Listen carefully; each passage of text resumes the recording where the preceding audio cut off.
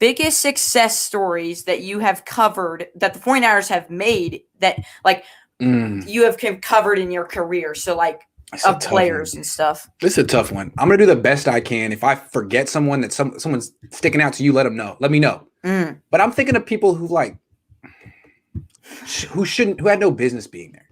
You know, like of course Patrick Willis is a success story. Nick Bosa is a success story. But these are like some of the best athletes in the country and were identified as such at a young age. Kyle Shanahan is a success story, but he was like almost bred for this. You know what I mean? He's like he was bred for this. But people like Robert Saleh, no one had heard of that guy. Just the fact that he got the chance to be the defensive coordinator was a long shot. People tried to run him out of town. He could have got fired the first 2 years, and now he's the head coach of the Jets. He was the first Muslim coordinator in the NFL. Now he's the first Muslim head coach. What a success story. And it's not like he had a famous dad. And I'm coming from a guy who had a famous dad. I understand what that can do. It opens doors. Now you do have to prove yourself doubly afterwards, but it's not like he could just say, "Hi, I'm Robert Saleh. I'm so-and-so's son." And people are like, "Oh my God, well, you must be pretty good." I mean, a lot of people must be like, "Man, I can't even pronounce your last name. I don't know where you came from. Who the hell are you?"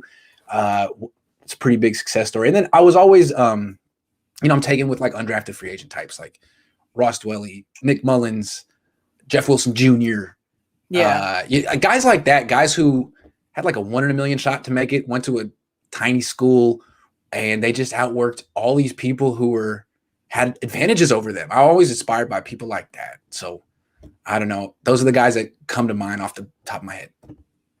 Interesting. Because that's the thing. You really have to be a hard worker if you're going to be a success story. And Ross Dwelly really showed it.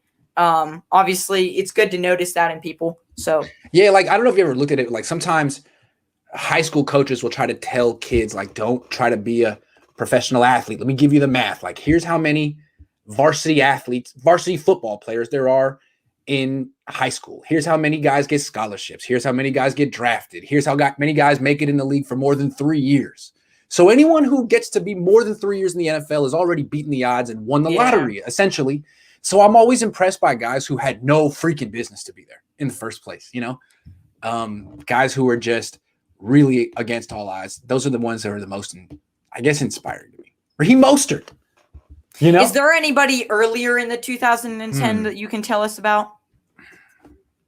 Like those good ones were good, obviously, but I'm curious. So, well, the original Nick Mullins for me was Scott Tolzien. He was the third string quarterback behind Colin Kaepernick. He was always so nice. We were the same age, and he would sit in the locker room, and no one would ever go up to him. Why would you interview him?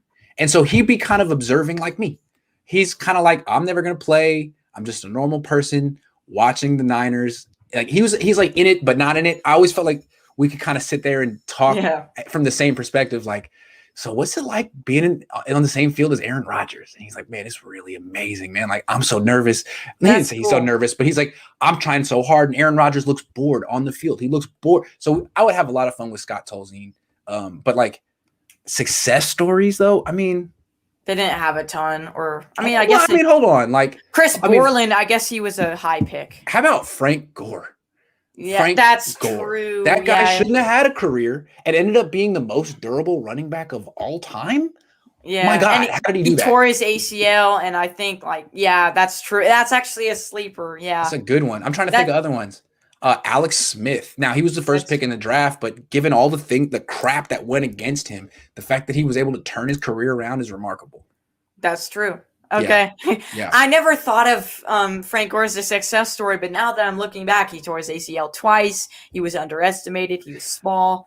And now more recently, George Kittle, tremendous success story. Fred Warner, tremendous success story. These are day 2, day 3 picks who were drafted to like maybe fill a role, kind of, maybe, sort of, and became leaders of the franchise.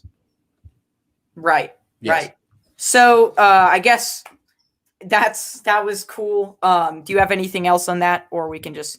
Those are all the names that I can think of. Ben Myers in the chat saying that he got fresh grant this morning. What are you trying to say? I'm not fresh? What you trying to say, Ben?